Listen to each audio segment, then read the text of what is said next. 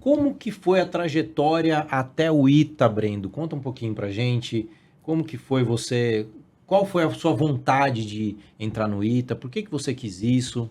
Conta um pouquinho pra gente.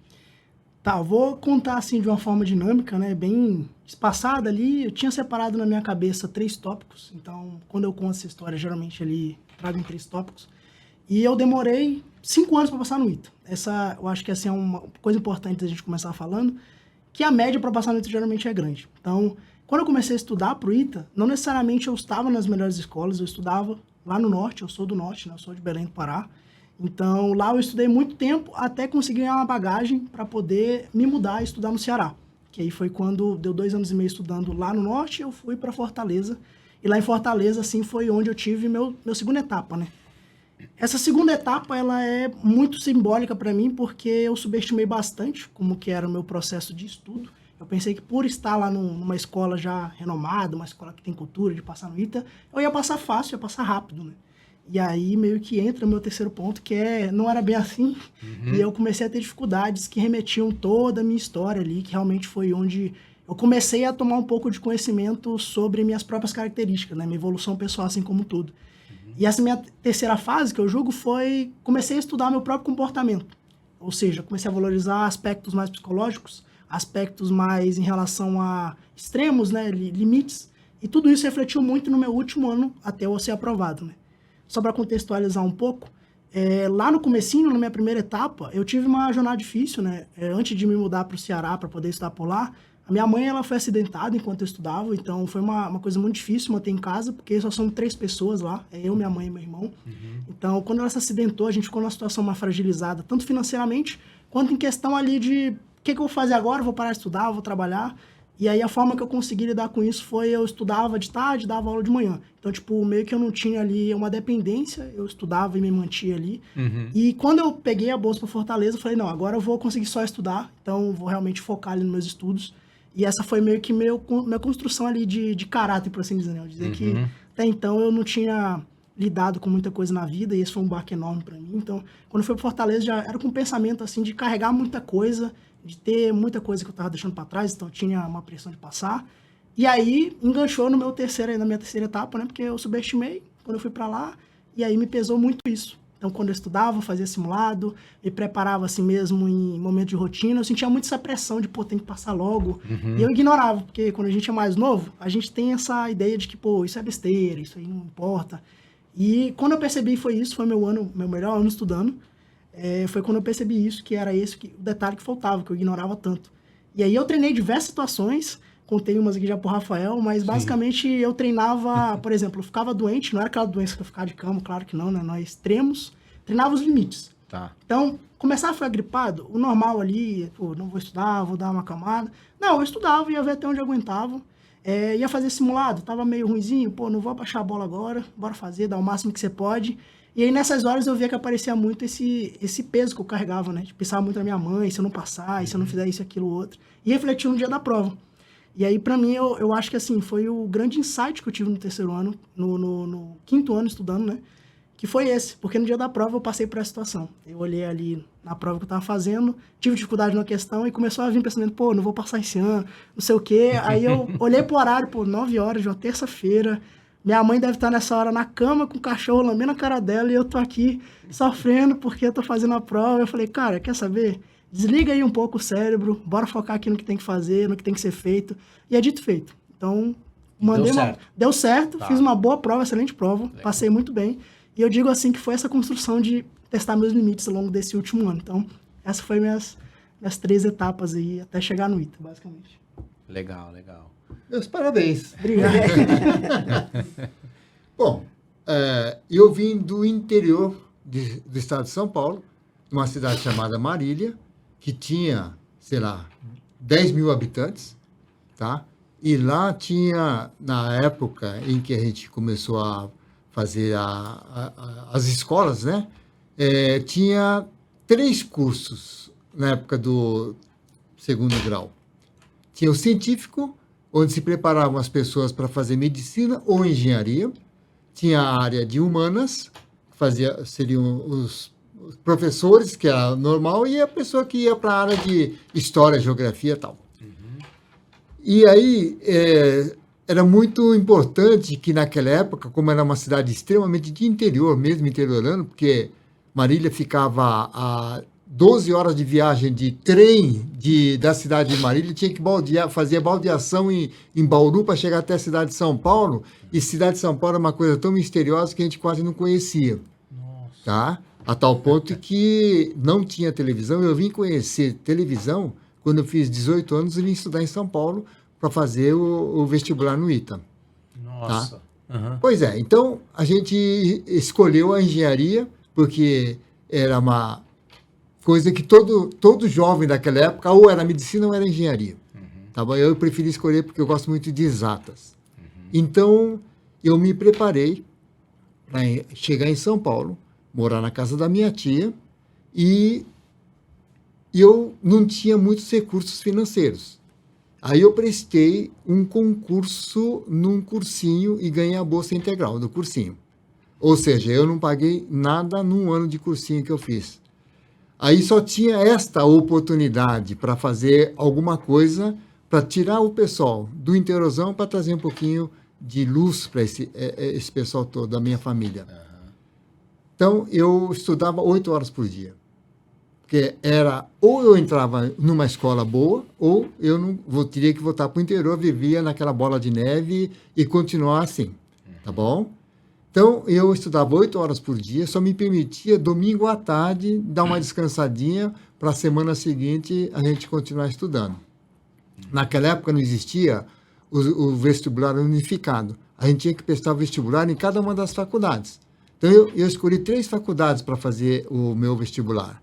O ITA, a Poli e São Carlos. Graças a Deus, em função da minha preparação, eu passei nas 3. Tá? E, obviamente, eu preferi o ITA, primeiro pelo grau de oportunidades que eu achei que ele fosse me proporcionar. E segundo, porque tinha alojamento. Senão eu teria que morar ou em São Carlos ou continuar morando em São Paulo com um recurso que meus pais não podiam dar, porque eu teria que morar em algum lugar e comer em algum lugar. E no ITA eu tinha tudo isso graciosamente. Legal. Tá bom? Então eu prefiro o ITA por causa disso. E lá no ITA eu encontrei uma outra oportunidade de crescimento.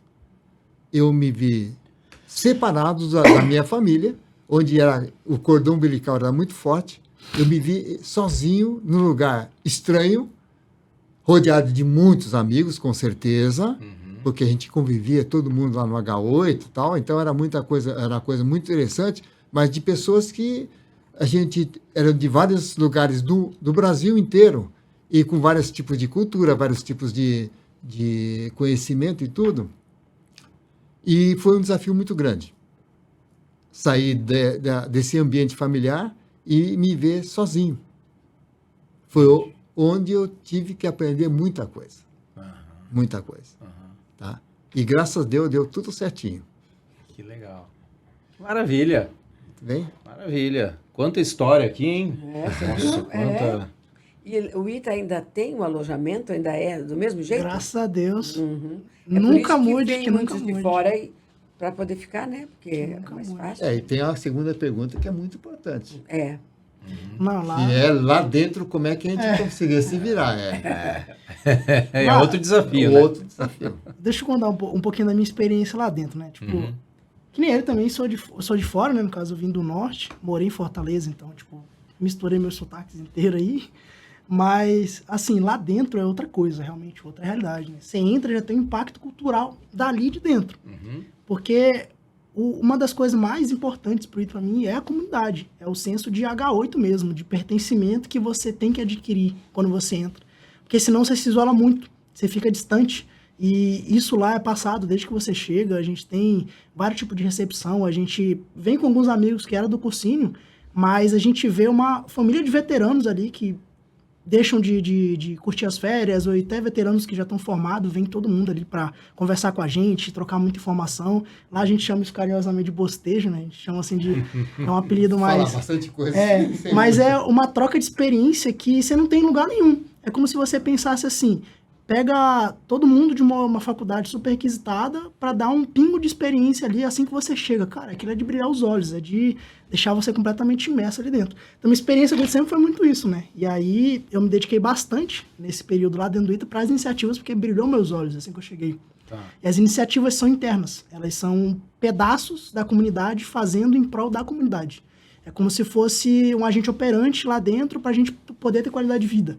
E lá dentro eu participei de 2 que eram as principais, que era de saúde mental, participava de uma comissão de saúde mental, que me ajudou bastante, né, porque eu valorizava esses requisitos desde antes, quando eu estava no cursinho. Então, eu me desenvolvi mais ainda em questão de percepção, questão de como que eu ia lidar quando eu estava numa situação de crise, perceber isso nos outros também, né, para ajudar. E na parte do departamento de cultura, que a gente trazia tanto atrações, né, trazia tanto assim, fazia... a gente tem lá uma coisa que é o intervalo cultural, que é uma apresentação esporádica lá onde a gente estuda, e a gente tem o encontro musical, que é onde todos os alunos lá formam banda, pessoas formadas também formam bandas com alunos ou não alunos, traz uma banda, se apresenta. É muito legal, né? É muito cultural. Você vê todo ano, gente, 76, todo mundo assim, 72, todo mundo participa. Literalmente tem muito carinho para esse evento, porque ele era antes prestigiado para São José. Porque São José foi uma cidade que cresceu lidando muito com a cultura ali de dentro, né, do CTA.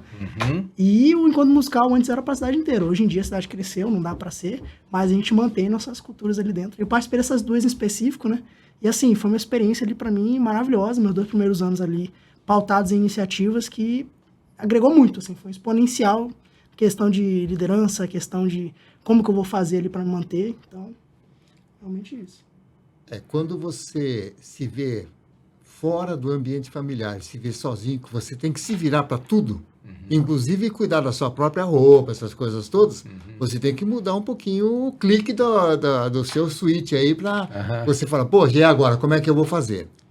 E lá dentro do ITA, a gente aprende uma coisa muito importante, que é fantástico para o crescimento pessoal de cada um, que é a forma de você ser muito honesto com você mesmo e com a sociedade. Sim. Tá? Sim. Então, lá os professores passavam prova e falavam, ó, a prova pode ser feita num apartamento, porque a gente morava em apartamento, e não é para consultar. E vai demorar 1 hora a prova. Você fazia a prova dentro dessa 1 hora, não consultava nada para entregar a prova, mesmo que você fosse mão na prova. Então, é uma cultura onde você entra dentro de uma coisa que é muito diferente do que existe fora do ITA. Tá, isso faz a gente crescer muito, muito, muito e traz isso pro resto da vida. Que legal. Você não consegue ser desonesto lá fora. Entendi. Porque você tem que ser. E você mora junto com várias pessoas lá dentro. Você pode entrar num apartamento de qualquer um, a qualquer hora, a qualquer momento. E as pessoas deixam dinheiro, deixam um monte de coisa. Então, você não vai mexer. Não é seu, você não vai mexer. Sim. Se você quiser alguma coisa, você vai ter que pedir para a pessoa.